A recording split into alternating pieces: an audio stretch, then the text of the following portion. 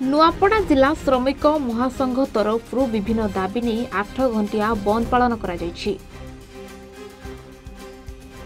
श्रमिक महासंघ दाबी मध्यरु मुख्यतः श्रमिक मानक दरमा वृद्धि करा जाऊ, निर्माण श्रमिक मानक नवीकरण करा जाई 60 वर्षर ऊर्ध्व श्रमिक मानकु पेंशन रो व्यवस्था करा जाऊ, नुआपड़ा जिला को दादन मुक्त करा जाऊ, केन्दुपत्र तोलाली मानकु 100 शतकड़ा बोनस प्रदान करा जाऊ, सेही बळी नियुक्ति क्षेत्र रे राज्य क्याडर परिवर्ते जिला क्याडर रे शिक्षित युवक युवती मानकु चाकरी प्रदान करा जाऊ, मनरेगा दुर्नीतिर तदंत करा जाऊ भली अनेक दाबी नै श्रमिक संघ राजरास्ता को ओह्लाई राज्य सरकार को विशोधगार करिसेंती।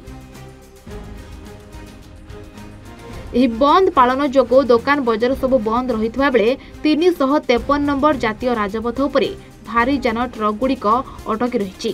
श्रमिक माने ब्यानर और प्लाकार्ड धरी पिकेटिंग करने सह राज्य सरकार विरुद्ध रे नारा देइछंती।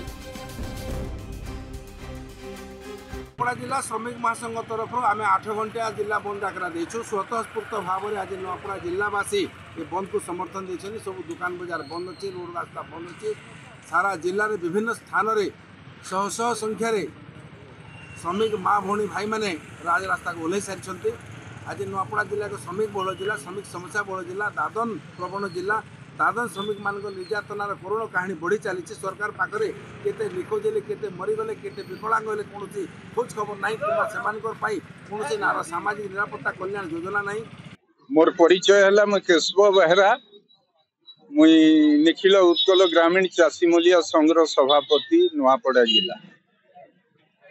आमर मिलित भाव श्रमिक संगठन मानकर 8 घंटिया बंद डाकरा जेन दिया ही मुख्य उद्देश्य होचे आमर श्रमिक माने इने काम नहीं पाई पारबार। मनरेगा रे जहाँ सब काम पहुँचन ठीक समय रे मजूरी नहीं पाई पारबार। नुआपड़ारू देवेश होतांक रिपोर्ट, A1 ओडिशा।